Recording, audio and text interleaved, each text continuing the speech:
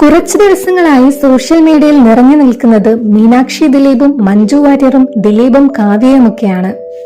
MBBS പഠനം പൂർത്തിയാക്കിയ മീനാക്ഷിയുടെ ബിരുദദാന ചടങ്ങിൽ ദിലീപും കാവ്യയും പങ്കെടുത്തതും മഞ്ജു വാര്യർ പങ്കെടുക്കാതിരുന്നതും ഒരു സ്റ്റോറിയോ ഒരു വിഷസോ പോലും നൽകാതിരുന്നതും ഏറെ ചർച്ചയായിരുന്നു.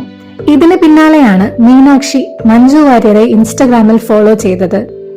ഒട്ടും താമസിയാതെ തിരിച്ചു മഞ്ജു വാര്യറും മീനാക്ഷിയെ ഫോളോ ചെയ്തു. മഞ്ജുവിന്റെ ആരാധകർക്ക് ഒരുപാട് സന്തോഷമുണ്ടാക്കിയ വാർത്തയായിരുന്നു അത്. എന്നാൽ പ്രേക്ഷകർക്ക് ഏറെ നിരാശയുണ്ടാക്കുന്ന ഒരു വാർത്തയാണ് ഇപ്പോൾ പുറത്തുവരുന്നത്. പക്വതയില്ലാത്ത പ്രായത്തിൽ പറ്റിയ തെറ്റ് മീനാക്ഷി തിരുത്തിയെന്നും മഞ്ജുവിന്റെ സത്യം മനസ്സിലാക്കിയെന്നും പ്രേക്ഷകർ കരുതിയിരുന്നു. എന്നാൽ തികച്ചും നിരാശയുണ്ടാക്കുന്ന ഒരു വാർത്തയാണ് ഇപ്പോൾ പുറത്തുവരുന്നത്. മീനാക്ഷി മഞ്ജു വാര്യരെ അൺഫോളോ ചെയ്തിരിക്കുന്നു.